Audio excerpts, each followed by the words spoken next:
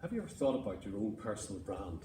I know it sounds almost like a marketing cliche, but when you walk through the door, you are being judged immediately. So it's important that you get this part right. A massive piece of research, which took over 25 years, said that if you don't make a good first impression within the first 30 seconds, it takes you a minimum of 6 hours to overcome that, if you ever do. So it really is important to get this part right. And I know it's been said before, but never ever try to be something that you're not. One of the things that we have to do is to make sure that everything you do reflects your personality. And part of that personality, of course, in any product, just like a product, is how you package it. So take a look at your personal packaging. Does it reflect the job that you're going for? Does it reflect your personality? And I'm a great believer, don't be a clone. Don't try to be the same as everybody else. Try to do something that makes you stand out. There are 3 things to consider that you have, this personal brand of yours, or this brand has to show. Number 1, it has to exude confidence. Now let's be honest, most of us are very, very nervous whenever we go for interviews, or whenever we're talking to strangers.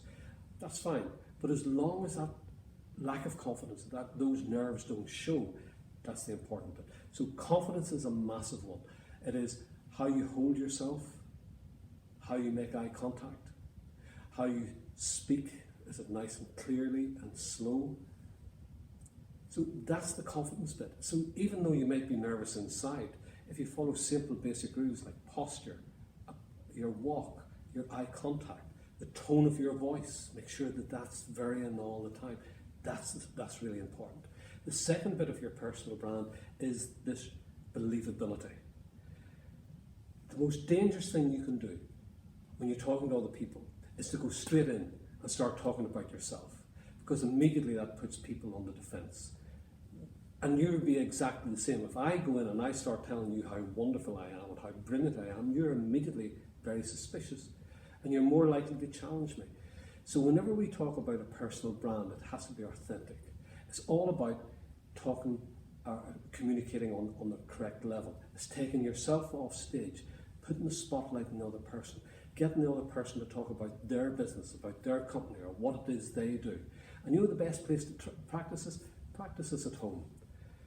There's nothing as boring as the person who constantly talks about themselves. Practice at home. Practice reducing the words I, me, my, and mine. Now, notice I say reducing. I don't say stop using, but reduce them.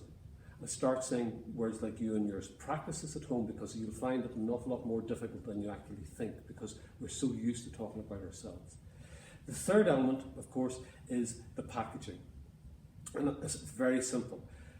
Dress appropriately. Guys, always have the jacket on when you're going for an interview. I know it sounds daft, but it gives you structure. It makes you look confident. It's like the suit of armour. When people see that, immediately they'll have more confidence. Girls, get away from those dull colours and get away from the blacks. Again, a jacket always works for women in interviews, but you can use colour to draw attention to yourself. And never ever wear browns and greens. That's both to males and females. Never wear browns and greens to interviewers, because they're lovely, friendly colours. They're approachable, they're earthy. But in an interview situation, they do not give you authority. So those are 3 things to remember. Project confidence, build trust, and make sure how you package yourself is absolutely appropriate.